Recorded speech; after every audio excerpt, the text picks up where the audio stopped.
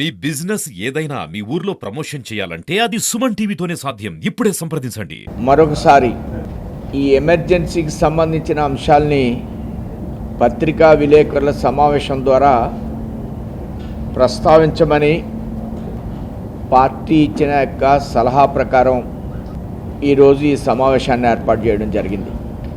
June 25, 1975 24 రాత్రి cabinet యొక్క approval లేకుండా బలవంతంగా రాష్ట్రపతి చేత సంతకం పెట్టించి ఎమర్జెన్సీని ప్రకటించి పత్రికా రంగానికి ఉన్న హక్కులను పూర్తిగా హరింపజేయడం, 1,40,000 మందిని జైల్లోకి పంపించడం, మొరార్జీ దేశాయ్, జయప్రకాష్ నారాయణ, వాజ్పేయి, అద్వానీ గారు, జార్జ్ ఫెర్నాండెజ్ 20 మంది మరణించడం, దేశంలో ప్రజాస్వామ్యం అనేటువంటి దాన్ని పూర్తిగా హరింపజేసి 19 నెలలు పెద్దలందరినీ జైల్లో పెట్టడం. ఆ సందర్భంలో ఇందిరాగాంధీ గారి యొక్క పెద్ద కుమారుడు సంజయ్ గాంధీ నిరంకుశంగా వ్యవహరిస్తూ అనేక రాష్ట్రాల్లో ముస్లిమ్స్కి పిల్లలు లేకుండా కుటుంబ నియంత్రణ ఆపరేషన్లు చేయించేటువంటి పరిస్థితి, ఢిల్లీ లాంటి ప్రాంతాల్లో పెద్ద ఎత్తున అభివృద్ధి పేరిట దమనకాండ చేయడం, వ్యక్తి యొక్క పాలన మీద ఇందిరాగాంధీయే ఇండియానే ఇందిరాగాంధీ అని డికే బరువా కాంగ్రెస్ పార్టీ అధ్యక్షుడు అనేకమైన సందర్భాల్లో ప్రస్తావించడం, అహంకార పూరిత వైఖరితో అధికారాన్ని కోల్పోవడం మనం గమనించాం. ఇప్పుడు కూడా అదే అహంకార పూరిత వైఖరి, అలాంటి ఆలోచన ధోరణి ప్రతిపక్షంలో ఉన్న కాంగ్రెస్ పార్టీలో మనం గమనిస్తూ ఉన్నాం. ఎన్డీఏ కూటమికి విజయం సాధించినప్పటికీ మూడోసారి పార్లమెంట్లో వారి పోకడలు ఏ విధంగానూ కూడా మారిన పరిస్థితి మనం గమనించడం లేదు. ఈవీఎం ట్యాంపరింగ్ అనేది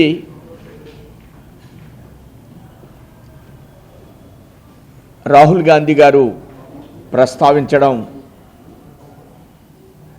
ఈ రాష్ట్రంలో కూడా ఇలాంటి మాటలనే మాకు అనుమానాలు ఉన్నాయని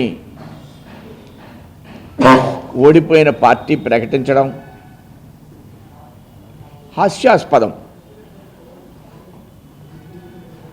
ప్రజలిచ్చిన తీర్పుని గౌరవంతో హుందాగా స్వీకరిస్తున్నాం అనే భావన వైసీపీలో ఏర్పడాలి. హుందా ప్రజా తీర్పు, ఆంధ్రప్రదేశ్ ప్రజలిచ్చినటువంటి మొన్న తీర్పు ఒక సంచలనమైనటువంటి తీర్పు. ఈ తీర్పుని ఎనలైజ్ చేసుకోవాలి రాజకీయ పక్షాలు. ఓటమి చెందినవారు, విజయం సాధించిన వారు రెండు విధాలుగా ఎందుకు ఓటమి చెందాం, ఇప్పుడు అధికారంలో ఉన్నాం, అధికారంలో ఉన్నటువంటి కూటమిలో ఉన్నటువంటి పక్షాలు ఈ రాష్ట్ర ప్రజలు ఇచ్చినటువంటి తీర్పుని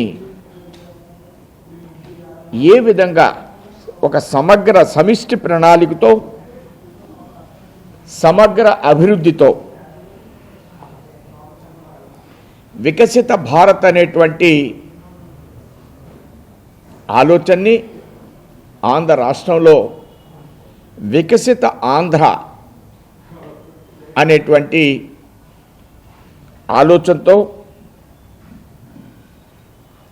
ప్రజలిచ్చిన ప్రజాస్వామ్యంలో ఓటుకి విలువని అభివృద్ధి ద్వారా ఈ రాష్ట్రం భారతదేశంలో అన్ని రాష్ట్రాల కంటే మానవ వనరుల్లో అద్భుతమైనటువంటి రాష్ట్రం. ప్రపంచ దేశాల్లో 100కి 10 మంది తెలుగు ప్రజలు ఉన్నారంటే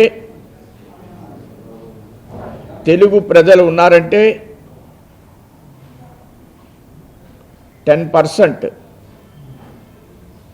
ఉండడానికి ప్రధానమైన కారణం మానవ వనరులు.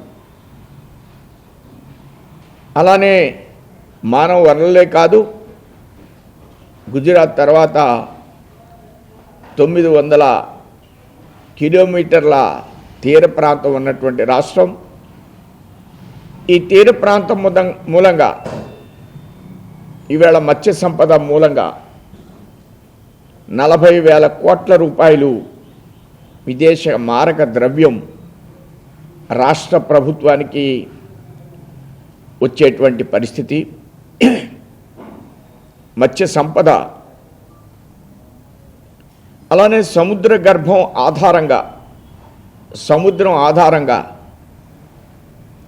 మరింత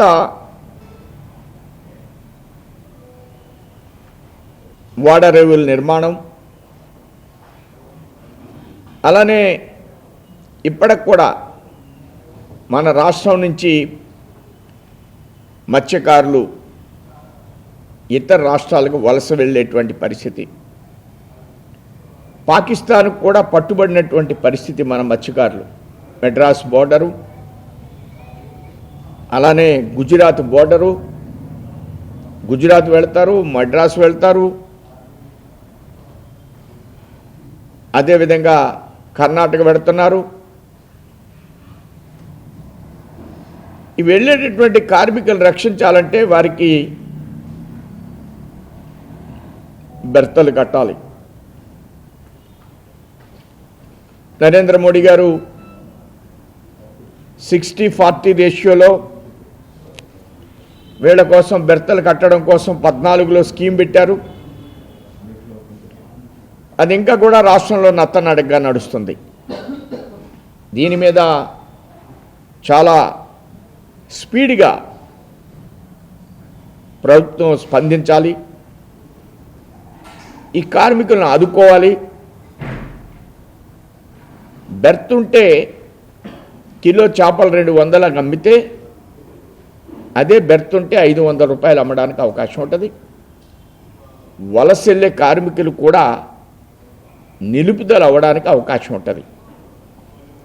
ఆ విధంగా సీ కోస్ట్ ఏదైతే ఉందో దీన్ని వినియోగించుకునే విధంగా ప్రయత్నం చేయడం, దీనికి మోడీ గారు, చంద్రబాబు నాయుడు గారు, పవన్ కళ్యాణ్ గారు ఒక సమగ్రమైనటువంటి ప్రణాళిక ఈ రాష్ట్రంలో బీజేపీ 3 కలిసి రూపొందించిన మీదట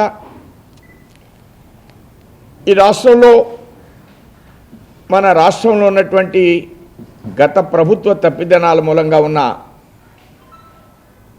ఆర్థిక స్థితి దాన్ని సరిచేయవలసినటువంటి బాధ్యత ఉంది. దీనిలో ప్రధానంగా ఎన్ఆర్ఈజీఎస్ని నిధుల్ని బాగా రాష్ట్ర ప్రభుత్వానికి కేంద్రం ఇవ్వడానికి ఎప్పుడూ సుముఖంగా ఉన్న పరిస్థితుల్లో ఈ సంవత్సరం చంద్రబాబు నాయుడు గారు ఉన్నప్పుడు 7,000 కోట్లు, గత ప్రభుత్వం 10,000 కోట్లు. ఈ ప్రభుత్వంలో మరింత సమర్థవంతంగా గ్రామీణ అభివృద్ధిని పవన్ కళ్యాణ్ గారు మంత్రిగా ఉన్నారు. ఈ గ్రామాల్లో ఇన్ఫ్రాస్ట్రక్చర్ బాగా దెబ్బతిన్నది, రోడ్లు లేని పరిస్థితిని మనం గమనించాం. అవి మరలా పునర్నిర్మాణం కావాలంటే ఈ నిధులు మరింత ఎక్కువగా తీసుకురావాలి. వచ్చే నిధులతో గ్రామీణ పునర్నిర్మాణం, ఆ విధంగా ఎన్ఆర్ఈజిఎస్ నిధుల మీద ప్రభుత్వాన్ని దృష్టి పెట్టమని నేను చెప్పడం లేదు. ముగ్గురు కలిసి మరిన్ని నిధులు 16, 18, 2 జనసేన ఎంపీలు, ఒక కేంద్ర మంత్రి, బీజేపీ 3 ఎంపీలు ఆ విధమైనటువంటి పదరచనని చేస్తూ, అలానే హెల్త్కి సంబంధించి, అదేవిధంగా విద్యకు సంబంధించి కేంద్ర ప్రభుత్వంలో హెల్త్లో ఉన్నటువంటి urban health machine, rural health machine, అనేక రకాలైనటువంటి కార్యక్రమాలు గతంలో మన రాజమండ్రిలో 10 కోట్లు పెట్టి ఒక ప్రత్యేకమైన మహిళలకి అర్బన్ రూరల్ హెల్త్ మిషన్ నుంచి మహిళలకి ప్రత్యేకించి డెలివరీకి సంబంధించిన ఒక ప్రత్యేక విభాగాన్ని నిర్మించారు. మొన్న అర్బన్ హెల్త్ మినిస్టర్, అలానే హెల్త్ మినిస్టర్ గారు వచ్చారు. ఆయన వచ్చినప్పుడు కూడా ఒక రక్త పరీక్షకు సంబంధించింది, దానికి కూడా 5 కోట్లు ఇచ్చారు. అలానే ప్రభుత్వం ఈ మెడికల్ కాలేజీకి సంబంధించి 60-40 రేషియోతో ఉన్న ప్రణాళికని అది క్లోజ్ అయింది. దానికి కూడా నిధులు మరలా కేంద్రం ఇచ్చే విధంగా మనం ప్రయత్నం చేయాలి. ఈ విధంగా విద్యలో కానీ, ఆరోగ్యంలో కానీ, రూరల్ హెల్త్ మిషన్లో కానీ, ఇది కాకుండా ఈ మధ్యకాలంలో కేంద్రం 1,00,00,000 కోట్లతో దేశంలో ఉన్న కారిడార్స్ అన్నింటినీ కూడా పునర్నిర్మాణం చేయాలి. ఆల్రెడీ జరుగుతున్నాయి, మరింత పెంచాలి. దీంట్లో ఆంధ్ర రాష్ట్రానికి 9 లక్షల కోట్లు రావడానికి అవకాశం ఉంది. దాని మూలంగా ఇండస్ట్రియలైజేషన్తో పాటు ఎంప్లాయ్మెంట్ జనరేషన్ అత్యధికంగా జరగడానికి అవకాశం ఉంది. దీన్ని కూడా ఆంధ్రప్రదేశ్కి ఇచ్చేటువంటి దానిలో పోలవరం కావచ్చు, స్టీల్ ప్లాంట్ విషయంలో ఆల్రెడీ కేంద్ర మంత్రిని మా రాష్ట్ర అధ్యక్షురాలు శ్రీమతి పురంధరేశ్వరి గారు, సీఎం రమేష్ గారు, స్టీల్ మినిస్టరు వర్మ గారు కలిసి కేంద్ర మంత్రికి రిప్రజెంటేషన్ ఇవ్వడం జరిగింది, క్యాబినెట్ మినిస్టర్కి. ఈ విధంగా మరింత చురుగ్గా ఆంధ్ర రాష్ట్ర అభివృద్ధిలో 3 పక్షాలతో కలిపి బీజేపీకి కేంద్రం నుంచి తీసుకొచ్చేటువంటి నిధుల విషయంలో మరింత బాధ్యతతో భారతీయ జనతా పార్టీ వ్యవహరిస్తుందని మీ ద్వారా తెలియజేస్తూ ముగిస్తున్నాను.